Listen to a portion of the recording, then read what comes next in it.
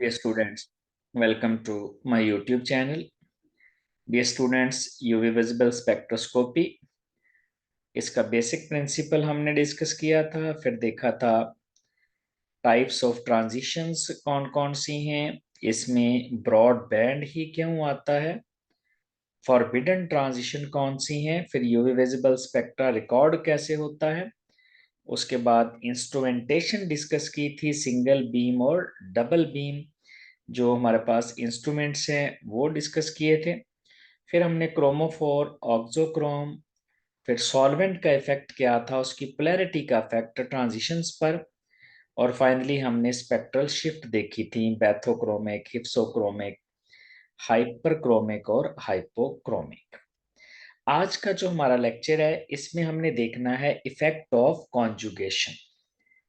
यानी ये जो कॉन्जुगेशन होती है, ये जो अल्टरनेट डबल और सिंगल बॉन्ड होते हैं या डबल बॉन्ड के साथ ये जो लोन पेयर या पॉजिटिव चार्ज कॉन्जुगेशन में आ जाता है, तो उससे वेवलेंथ कैसे इंक्रीज होती है, मींस बैथोक्रोमिक शिफ्ट कैसे होती है, और फिर एब्जॉर्प्शन कैसे बढ़ती है, यानी मोलर एब्जॉर्प्टिविटी कैसे ज्यादा होती है। मींस ये जो कॉन्जुगेशन है, हमने देखना है ये बैथोक्रोमिक शिफ्ट कैसे काज करती है, और फिर ये हाइपरक्रोमिक शिफ्ट कैसे काज करती है। Bathochromic shift means red shift, यानी जो वेवलेंथ है उसको लॉन्गर वेवलेंथ की तरफ ले जाएगा कॉन्जुगेशन, एनर्जी और फ्रीक्वेंसी को कम कर देगा। और हाइपरक्रोमिक में उसकी एब्जॉर्प्शन ज्यादा होगी, उसकी इंटेंसिटी बढ़ जाएगी। जैसे देखें, फॉर एग्जांपल ये हमारे पास कोई भी यूवी विजिबल स्पेक्ट्रम है। जब हम कॉन्जुगेशन ऐड करेंगे, यानी पाई बॉन्ड, अल्टरनेट डबल और सिंगल बॉन्ड ऐड करेंगे, तो ना सिर्फ इसकी एब्जॉर्प्शन ज्यादा होगी, मींस ना सिर्फ इसकी वेवलेंथ बढ़ेगी, ये राइट साइड पे शिफ्ट होगा, बल्कि इसकी इंटेंसिटी भी पहले से ज्यादा हो जाएगी। देखिए पीक की हाइट भी बढ़ जाएगी यहां पर। तो ये बैथोक्रोमिक शिफ्ट, वेवलेंथ ज्यादा होगी, हाइपरक्रोमिक इंटेंसिटी बढ़ेगी, उसकी एब्जॉर्प्शन ज्यादा होगी, मोलर एब्जॉर्बिविटी ज्यादा होगी। इसमें होता क्या है, एक्चुअली हमारे पास ग्राउंड स्टेट होती है जिसको हम कहते हैं कि ये होमो है, और फिर हमारे पास लियोमो है। ये highest occupied molecular orbital ground state, और ये एक्साइटेड स्टेट यानी एंटी बॉन्डिंग मॉलिक्यूलर ऑर्बिटल होगा। ये बॉन्डिंग है और ये एंटी बॉन्डिंग है। ये दोनों के दरमियान एनर्जी का डिफरेंस है जिसको हम कहते हैं डेल्टा ई। अब जब कॉन्जुगेशन इंक्रीज करती है, जब हम कॉन्जुगेशन बढ़ाते हैं, तो एक्चुअली इन दोनों का गैप कम हो जाता है। ये जो होमो है हमारे पास और ये जो लियोमो है, यानी बॉन्डिंग और एंटी बॉन्डिंग का जो डिफरेंस है वो थोड़ा हो जाता है, एनर्जी का डिफरेंस। और अगर एनर्जी का डिफरेंस कम होगा तो वेवलेंथ बढ़ेगी। वेवलेंथ बढ़ेगी तो हम रेड कलर की तरफ जाएंगे, यानी ये जो लैम्बडा मैक्स है ये राइट साइड पे शिफ्ट हो जाएगी। अब चूंकि यहाँ पर गैप कम होता है, तो फिर ट्रांजिशंस भी बढ़ जाती हैं, यानी अब ज्यादा ट्रांजिशंस होंगी, इसकी निस्बत यहाँ पर गैप ज्यादा है।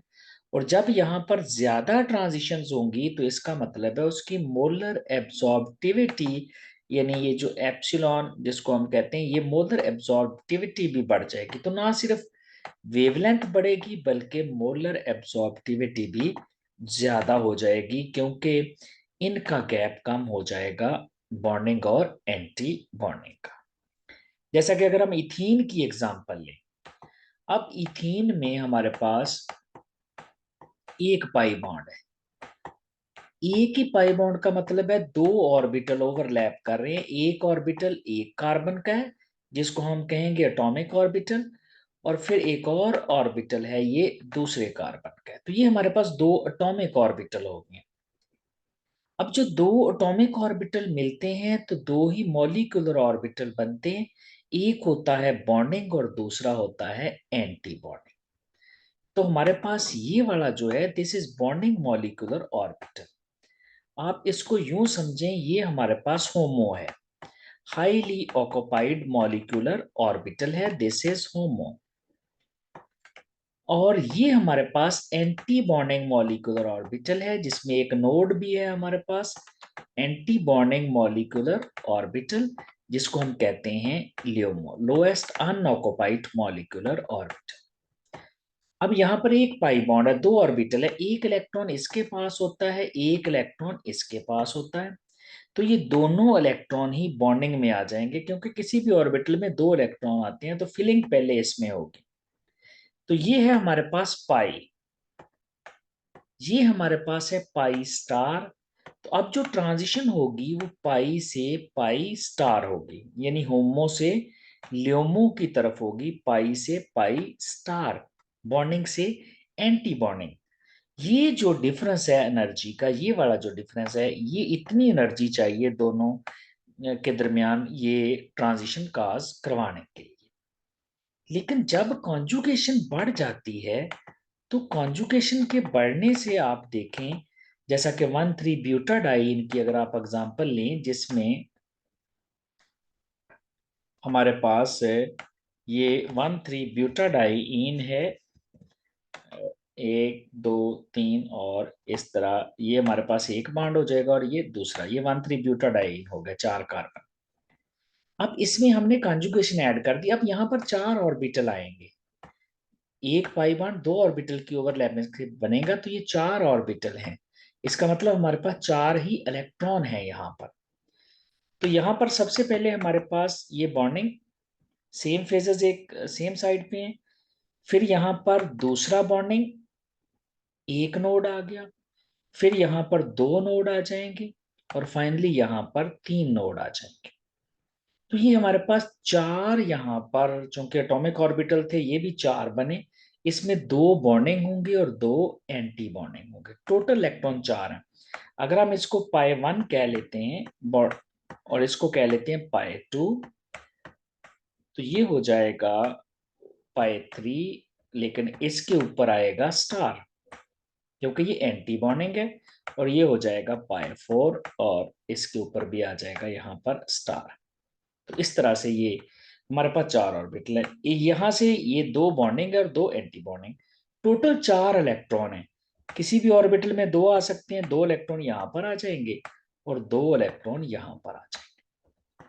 इसका मतलब है ये वाला जो हमारे पास ऑर्बिटल है, ये इसको हम कह सकते हैं हाईली ऑक्युपाइड मॉलिक्यूलर ऑर्बिटल। ये हाईली ऑक्युपाइड मॉलिक्यूलर ऑर्बिटल है ये वाला। और ये लोएस्ट अनऑक्युपाइड मॉलिक्यूल, इसमें कोई इलेक्ट्रॉन नहीं है, लेकिन अनऑक्युपाइड में ये सबसे लो एनर्जी है।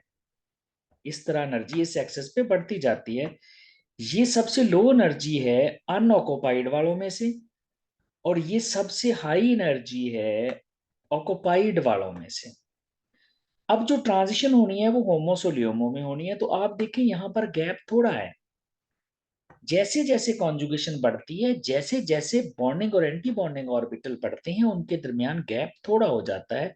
तो यहाँ ट्रांजिशन काज करवानी आसान है। जैसा कि आप देखें, ये हमारे पास डिफरेंट अल्कीन्स हैं, ये हमारे पास इथीन है जिसमें एक ही पाई बॉन्ड है। तो यहाँ देखें ये डेल्टा ई एनर्जी का गैप ज्यादा है, दो ही ऑर्बिटल थे। यहाँ पर 4 ऑर्बिटल यानी 4 इलेक्ट्रॉन है, यहाँ पर दो इलेक्ट्रॉन थे, दोनों बॉन्डिंग में आ जाएंगे। यहाँ पर 4 इलेक्ट्रॉन है तो दो इस बॉन्डिंग में और दो इसमें। अब ये इसका होमो है, ये वाला होमो है, और ये लोएस्ट अनऑक्युपाइड मॉलिक्यूलर ऑर्बिटल है, तो यहाँ से देखें गैप कम हो गया। यहाँ 3 पाई बॉन्ड है, तो इसका मतलब यहाँ 6 इलेक्ट्रॉन है, 6 इलेक्ट्रॉन है या 6 ही ऑर्बिटल है, तो इसमें 3 बॉन्डिंग होंगे, 3 एंटी बॉन्डिंग। ये होगा हाईएस्ट ऑक्युपाइड मॉलिक्यूलर ऑर्बिटल, और ये लियोमो है, देखें गैप और कम हो गया। और इसी तरह अगर 4 पाई बॉन्ड करेंगे तो यहाँ पर देखें 4 ही बॉन्डिंग है, 4 ही एंटी बॉन्डिंग है। हर पाई ऑर्बिटल के पास एक एक इलेक्ट्रॉन है, यानी पाई बॉन्ड दो दो, इलेक्ट्रॉन होंगे हर पाई बॉन्ड में, तो ये टोटल 8 इलेक्ट्रॉन हो जाएंगे। और ये हमारे पास ये जो ऑर्बिटल है ये होगा हाईली ऑक्यूपाइड मॉलिक्यूलर ऑर्बिटल, और ये होगा लोएस्ट अनऑक्यूपाइड। तो देखें दोनों के दरमियान गैप कितना थोड़ा हो गया। तो जैसे जैसे कॉन्जुगेशन बढ़ती है वैसे वैसे एनर्जी का डिफरेंस थोड़ा होता जाता है। और आपको पता है एनर्जी और वेवलेंथ का रिलेशन इनवर्स है। एनर्जी का डिफरेंस कम होगा तो वेवलेंथ ज्यादा होगी, यानी बैथोक्रोमिक शिफ्ट। और फिर अगर वेवलेंथ ज्यादा होगी, एनर्जी का डिफरेंस कम होगा, वेवलेंथ ज्यादा होगी, देखिए एनर्जी का डिफरेंस कम है तो यहाँ ट्रांजिशन भी ज्यादा होंगी। फिर अगर ट्रांजिशन ज्यादा होंगी तो मोलर एब्जॉर्बिटिविटी भी बढ़ेगी, पीक की हाइट भी बढ़ेगी। उसको हम कहेंगे हाइपरक्रोमिक शिफ्ट। तो ना सिर्फ बैथोक्रोमिक शिफ्ट होती है बल्कि हाइपरक्रोमिक शिफ्ट भी होती है। अब यहाँ पर देखें इथीन, इथीन में जो हमारे पास लैम्डा मैक्स है 175 है, जबकि इसकी मोलर एब्सॉर्बिविटी जो है वो 15,000 है। ये हमारे पास है वेवलेंथ लैम्डा मैक्स, और ये हमारे पास है मोलर एब्सॉर्बिविटी। पाई बांड हमारे पास इसमें एक है। अगर हम कॉन्जुगेशन ऐड कर दें, एक पाई बांड ऐड कर दें, यानी ये होगी 13 ब्यूटाडाइन, तो यहां पर देखें ये 175 से बढ़कर 217 होगी इसकी लैम्डा मैक्स, और मोलर एब्सॉर्बिविटी यानी पीक की हाइट भी बढ़ जाएगी 21,000। इसी तरह यहां पर एक और हमने कॉन्जुगेशन ऐड की, एक और पाई बांड ऐड किया है, तो ये लैम्डा मैक्स और बढ़ जाएगी, यानी हम राइट साइड पे जा रहे हैं। और फिर मोलर एब्जॉर्बिविटी भी बढ़ती चली जाएगी। यानी अगर फर्स्ट वाला हमारे पास इस तरह से ग्राफ बना, ये है स्पेक्ट्रा, तो सेकंड वाले में ना सिर्फ ये राइट साइड पे शिफ्ट होगा इस तरह से, इसकी वेवलेंथ पहले से ज्यादा होगी, बल्कि इसकी पीक हाइट भी बढ़ेगी, मोलर एब्जॉर्बिविटी। और इसी तरह थर्ड वाले में और बढ़ जाएगी, ना सिर्फ ये और राइट साइड पे जाएगा बल्कि इसकी पीक हाइट पहले से और ज्यादा, पीक हाइट हाइपरक्रोमिक शिफ्ट हो रही है यहाँ पर। और अगर बहुत ज्यादा कॉन्जुगेशन ऐड कर दें, जैसा कि यहाँ पर हमारे पास ये बीटा कैरोटीन है, इसमें 11 हमारे पास हैं पाई बॉन्ड, ये 1 2 3 4 5 6 7 8 9 10 11 कॉन्जुगेशन में। तो लैम्डा मैक्स देखें बहुत ज्यादा होगी 465, और इसकी मोलर एब्सॉर्बिविटी चेक करें कितनी ज्यादा हो गई है, ये 1 लाख से भी ज्यादा हो चुकी है। मींस ये जो हमारे पास बीटा कैरोटीन है, इसमें जो हमारे पास ना सिर्फ वेवलेंथ बहुत ज्यादा लैम्डा मैक्स बढ़ी, बल्कि यहाँ पर जो पीक हाइट है वो भी बहुत ज्यादा हो जाएगी। तो इस तरह कॉन्जुगेशन जैसे जैसे ऐड होती जाती है वैसे वैसे ही ये हमारे पास लैम्डा मैक्स यानी बैथोक्रोमिक शिफ्ट होती जाती है, और फिर हाइपरक्रोमिक शिफ्ट भी होती चली जाती है। फाइनली देखें फॉर एग्जांपल ये हमारे पास एक स्पेक्ट्रा है, ये जो ए वाला है ये 3 डबल बॉन्ड के लिए है। तो ये 3 डबल बॉन्ड के लिए है, तो आप इसमें देखें ये हमारे पास ए है, जब किसी भी एल्कीन में 3 डबल बॉन्ड हैं, तो ये देखें इसमें ये है हमारे पास लैम्डा मैक्स, और ये पीक हाइट है, ये दूसरे वाली है, और ये फिर थर्ड वन है, इस तरह से। लेकिन जो ही आप इसमें ये हमारे पास 4 कर देते हैं पाई बांड, जो ही पाई बांड आप 4 करते हैं यहाँ पर, तो आप देखें पाई बांड 4 होने से ये हमारे पास ना सिर्फ लैम्डा मैक्स ज्यादा हुई, ये देखें ये राइट साइड पे चले गया, बल्कि उसकी देखें इंटेंसिटी भी बढ़ रही, पहले से हाइट ऊपर होगी और इस तरह से ये हाइट बढ़ती चली जा रही है। तो ना सिर्फ पी की हाइट बढ़ी यानी मोलर एब्सॉर्बिविटी, बल्कि इसके साथ साथ लैम्डा मैक्स भी ज्यादा हो गई है। और फाइनली अगर हमारे पास 5 पाई बॉन्ड हो, यानी दोनों तरफ मिथाइल ग्रुप लगे हों और दरमियान में कार्बन कार्बन जो डबल बॉन्ड हैं वो 5 alternate carbon carbon double bond आए, तो यहाँ पर देखें ये जो हमारे पास लैम्डा मैक्स है, ये इसकी पीक की हाइट और ज्यादा हो जाएगी। ये फर्स्ट वाली पीक ये देखें ये सेकंड से ज्यादा होगी, और ये फिर फाइनली देखें पीक की हाइट ज्यादा होती जाती है। तो जितनी कॉन्जुगेशन बढ़ाते जाएंगे ना सिर्फ एब्जॉर्प्शन बढ़ेगी, एब्जॉर्प्शन क्यों बढ़ेगी, क्योंकि गैप कम होने से ट्रांजिशन ज्यादा होंगी। और फिर इसके साथ साथ लैम्बडा मैक्स यानी डिफरेंस भी कम होगा, तो वो लॉन्गर वेवलेंथ की तरफ जाएगा, जो पीक है वो राइट साइड पे शिफ्ट हो जाएगी।